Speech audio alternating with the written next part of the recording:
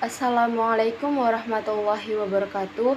Perkenalkan, nama saya Oktaviana Lestari dari Fakultas Tarbiyah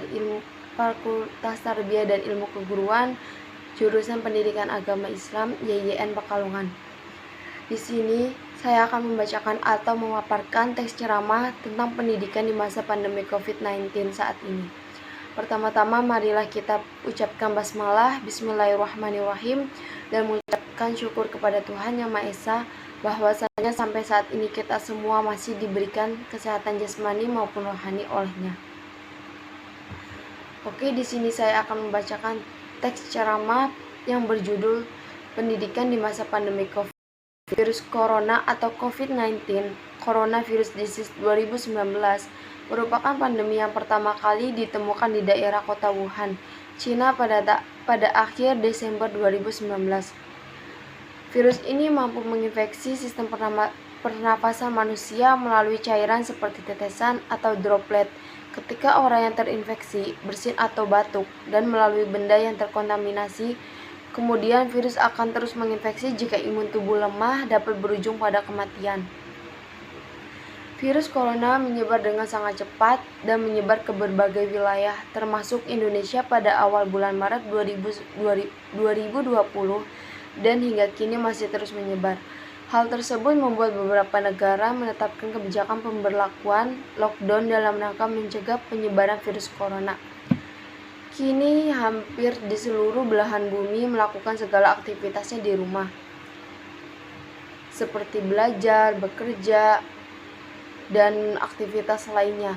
Maka dari itu pemerintah terpaksa memutuskan pembelajaran tatap muka di sekolah dan mulai mencari inovasi untuk proses kegiatan belajar mengajar, yaitu metode pembelajaran dalam jaringan atau disebut dengan daring.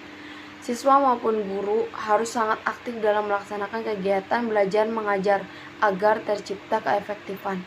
Sistem pembelajaran dilakukan menggunakan komputer atau handphone yang terhubung dengan koneksi internet. Pembelajaran dapat menggunakan media grup seperti WhatsApp, Instagram, Google Meet, Google Zoom, atau aplikasi lainnya, sehingga siswa mudah mengikuti kegiatan belajar mengajar waktu yang bersamaan. Meskipun di tempat berbeda, namun terdapat permasalahan yang sangat penting bagi siswa, jam berapa mereka harus belajar dan bagaimana data atau kuota yang mereka miliki.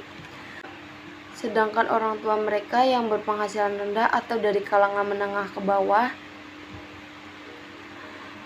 atau kurang mampu, hingga akhirnya hal seperti ini dibebankan kepada orang tua siswa yang ingin anaknya tetap mengikuti pembelajaran daring.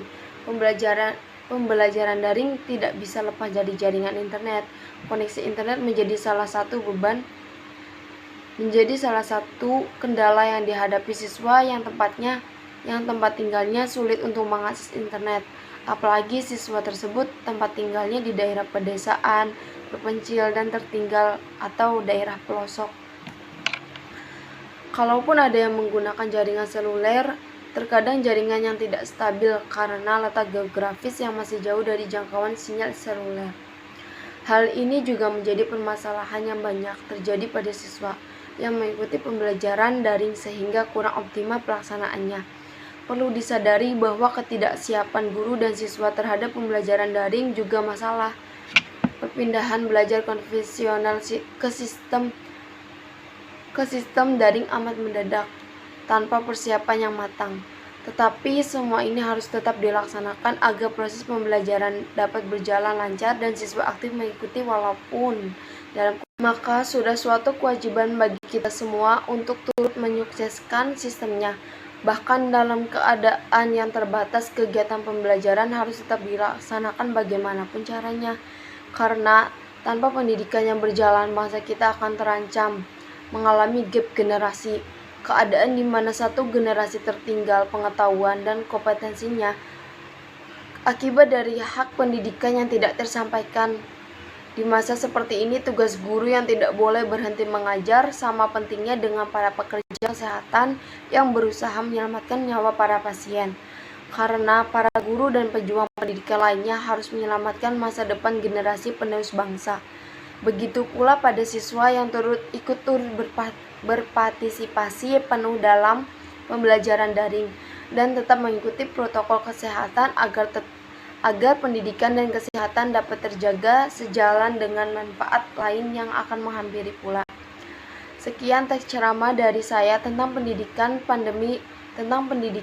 di masa pandemi Covid saat ini. Jika ada kesalahan kata atau kalimat, mohon maaf. Terima kasih. Wassalamualaikum warahmatullahi wabarakatuh.